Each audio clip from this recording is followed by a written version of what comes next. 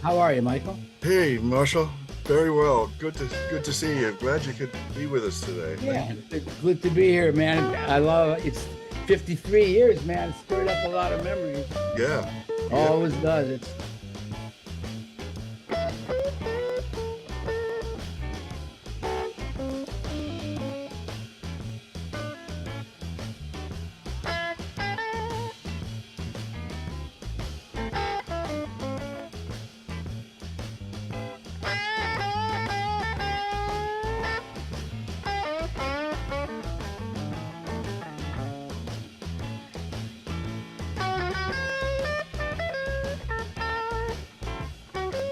it was on the south side in the ghetto. When there was a hit, it only had maybe not 10 presses, 8 presses, manual fine built presses they were called, worked off of steam, but no one. There was a weird thing with the night shift, and I remember the summer of my 16th birthday, I had to be there at 6 in the morning. So it had to be a boss, so they made me the guy. When did you get involved in the recording studio operations? I was involved in I was the only son. My father was a workaholic. My mother and him had many arguments about it. So basically, and he was an immigrant. So I was involved. The first road trip I took was at 13. I have photos of it. It was in Billboard magazine. He took me all through the South with him, taught me how to drive. When he would sleep sometimes when I was very young. So I was always around. I remember before chess, my first session it was at Universal Studios before Chess had studios. It was Gene Ammons, My Foolish Heart. I slept on metal folding chairs because that was how my father, he knew that was his fatherly way. He never was a hugger or anything, but his job was to teach me the business. So I was sort of, the bookkeeper said, well, how much do you need to live? That was my salary. It wasn't like, okay, I figured out an apartment, a car, whatever.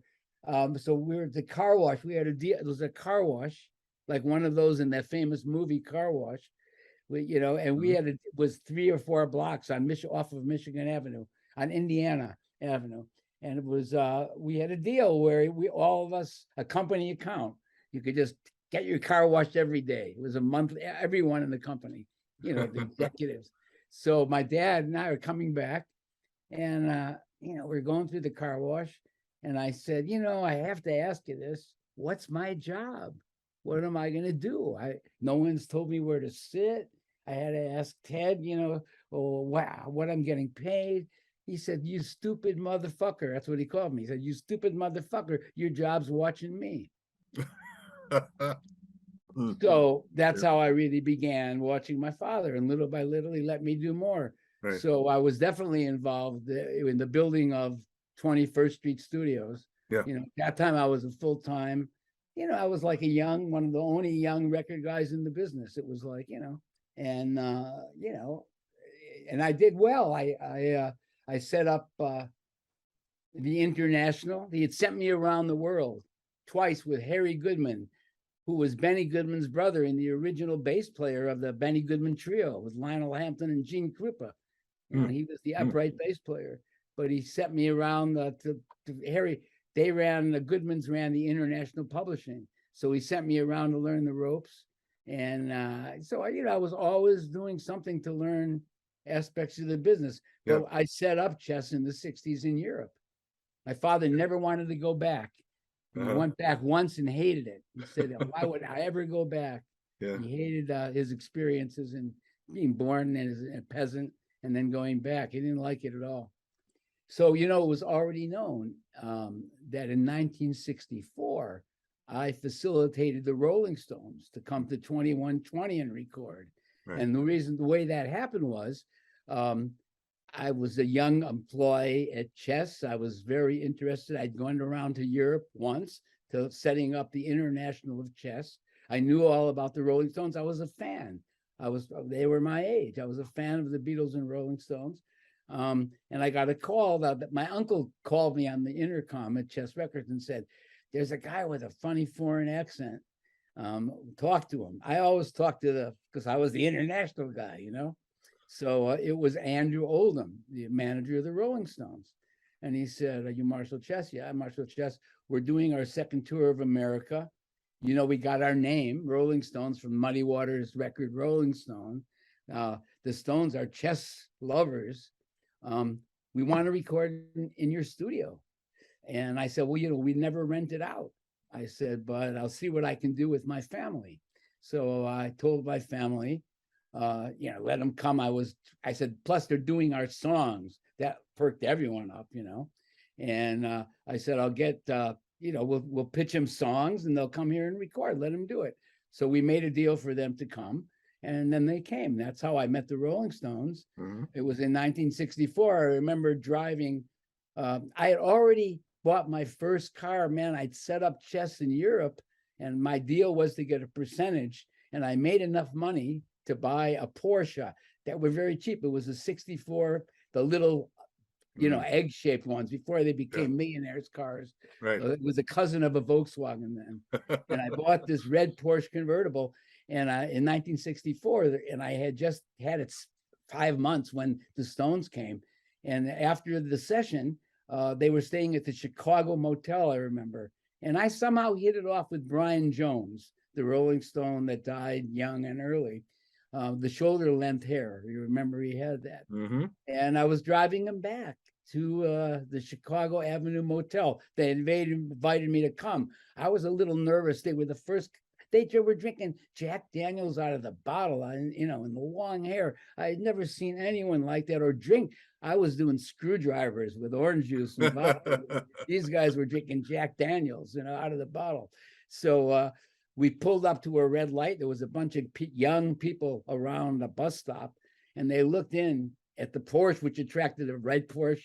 They looked in, and there was Brian Jones sitting next to me, and they started yelling, "Homo, homo, homo." And that was what young people called gay people in Chicago in that era. He'd never heard, you know, that's not what they were calling him in England. So that was my experience with the first Rolling Stones experience. Getting back to the Seymour Stein, so the word got out, you know, and I was one of the first young record executives. You know, I went to meet him, the first music festival in the south of France, where you had to wear a tuxedo to the gala. I mean, it wasn't. Oh yeah.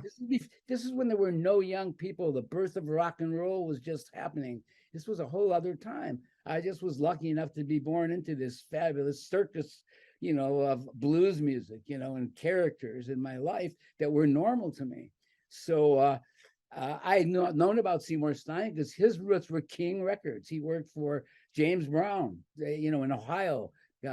Sid Nathan was the owner of King Record. So I might have met Seymour at a convention. There were these disc jockey conventions in Miami always, where I might have met him there, or he knew about me. But he called me and he told me about Blue Horizon Records and this group Fleetwood Mac, because they record in Chicago, and would I help get it together?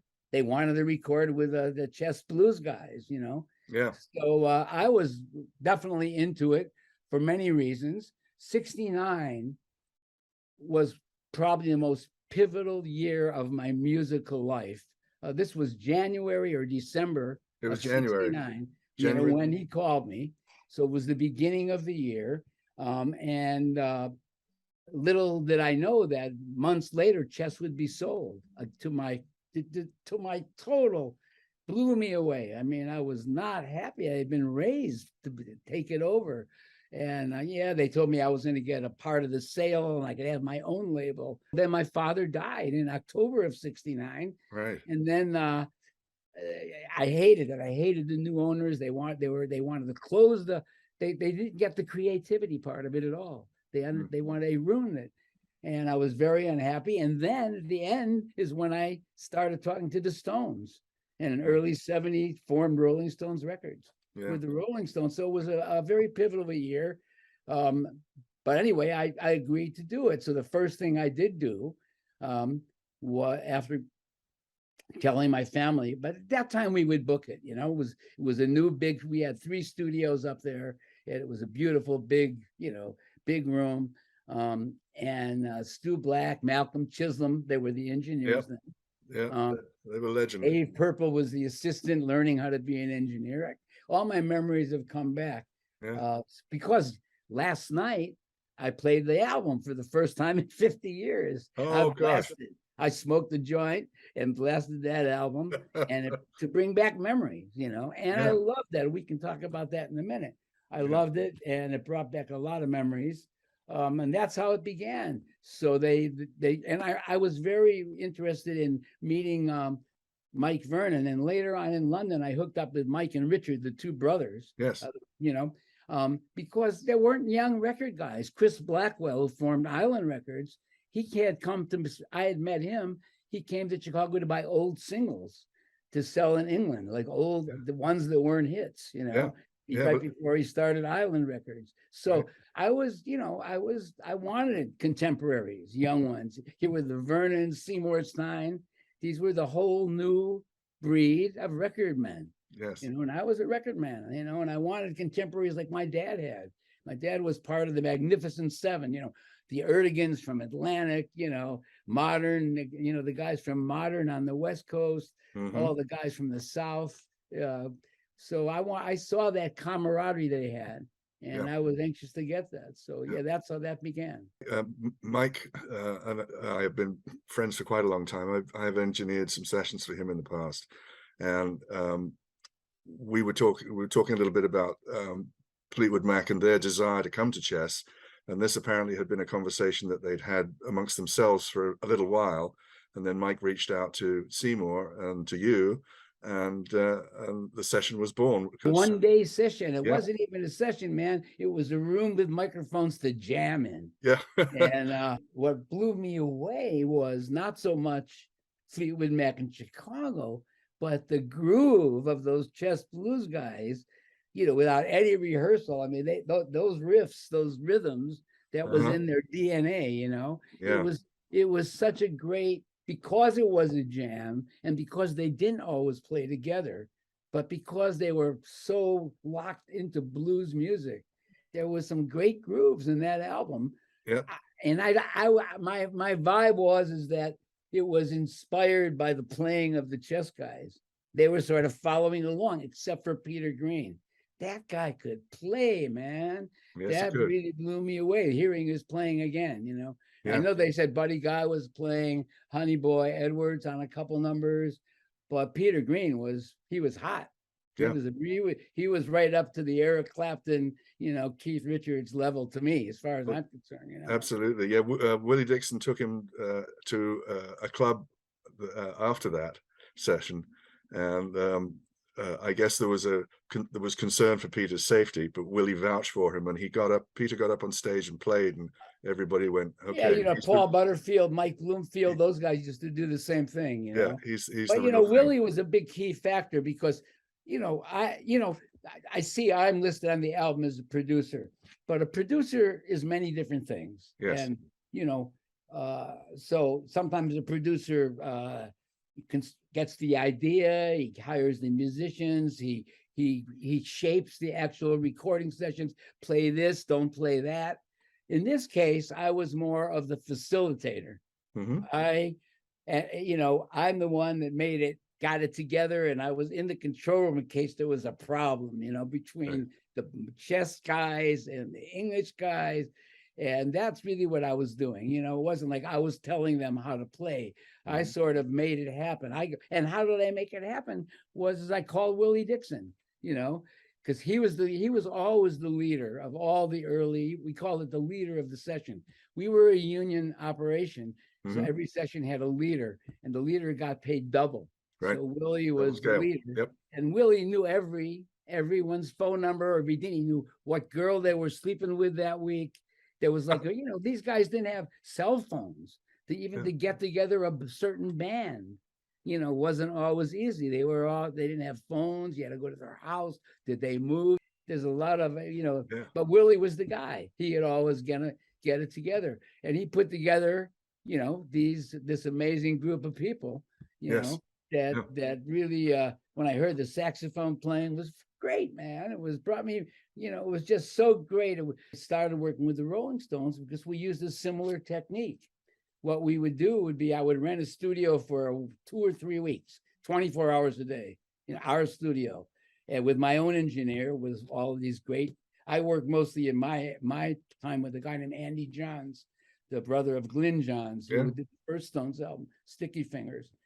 And that was their magic. They would start to jam, just like Fleetwood Mac in Chicago. Yeah. They would start to jam, and by the second or third night, and while they're jamming, we were getting the sound together, and the setup stayed because we owned the 24 hours. So the setup, we finally got the setup. And one night they'd lock that, they'd become one.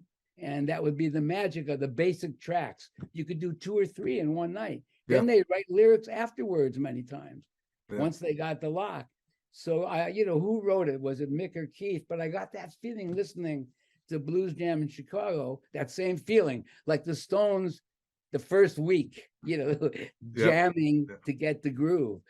The whole idea from Seymour and Mike and Vernon, it was the year for that to happen for me. I was ready for it. I'd already done it with the Stones 3 years before. I understood it. So what was the atmosphere like on the session? Do you remember much about? Yeah, I do. I remember sitting behind the board in the control room, and it was a very, look. To be honest with you, the original atmosphere with the chess players was, we're going to pick up some money. And, wasn't he? That's exactly. It wasn't. Willie Dixon didn't call him up and say this great band from England's coming. There's a white guys that play blues. They want to play with us guys. Come on, let's do it and make some money. Overall, man, it was a jam that those guys were blues players. Before they were blues lovers. Yes. They listened to those albums over and over. They knew the same riffs. Those are classic Elmore James. They're classic riffs that everyone in the room knew.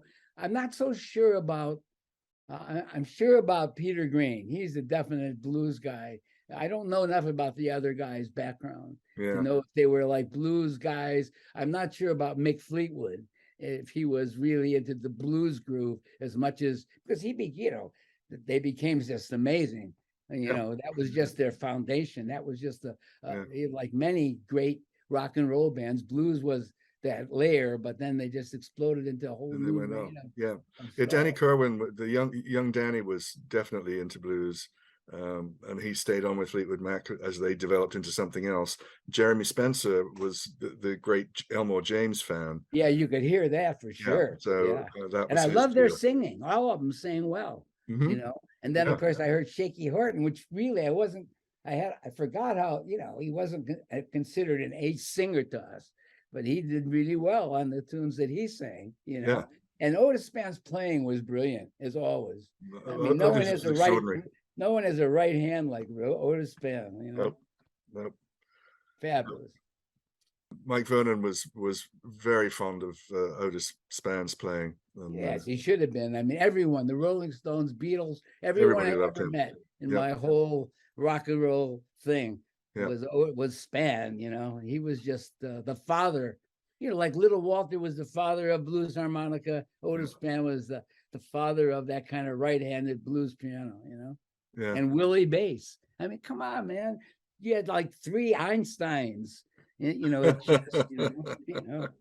So when for the session itself, did you guys have that kind of setup so that they could walk in and pretty much plug in? Yeah, we Stu Black, they were great. Dave Purple, Stu Black, they knew who was going to be playing. By then Willie had confirmed who was coming, how much they were getting paid, how we were going to do it. All that was done in front, and I proved all that with Seymour, I guess, who did talk to Mike. I don't remember the business details, but it wouldn't have started without that being worked out, because the main impetus of the chess players was money.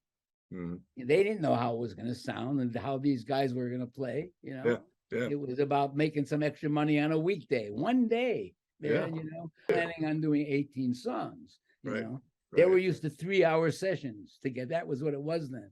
To get paid. But so the studio was set up, and then of course rearranged once they came in.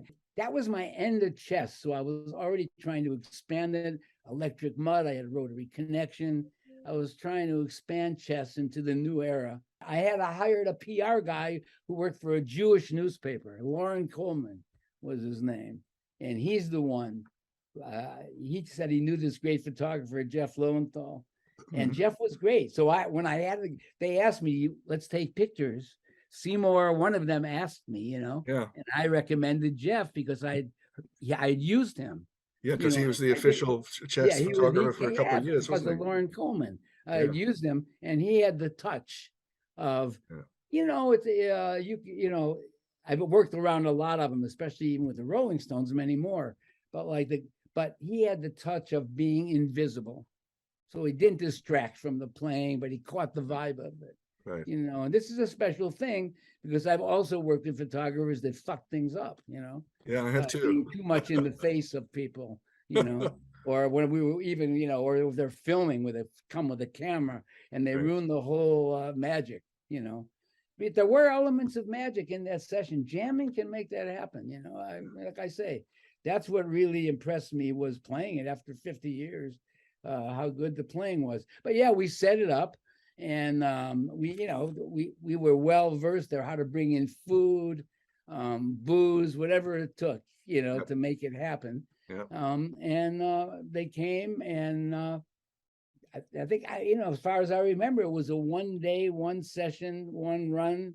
You know, it was 1 day. It was 1 day, and they mixed it and put it out, and I'm glad it's, you know, it's getting all this attention again, you know. And I never was that much of a Fleetwood Mac fan after when they exploded. Yeah, I admire their hits were fabulous, but I probably don't own more, you know, their albums in my collection. I wasn't listening to that at home. Peter Green and Mick Fleetwood, it was the beginning of this whole, you know, this whole thing. It was their start. Yeah. But they, you know, really, it's impressive what they did afterwards, you know. I mean, I saw them as a teenager many times in London, and those are fond memories of that particular band.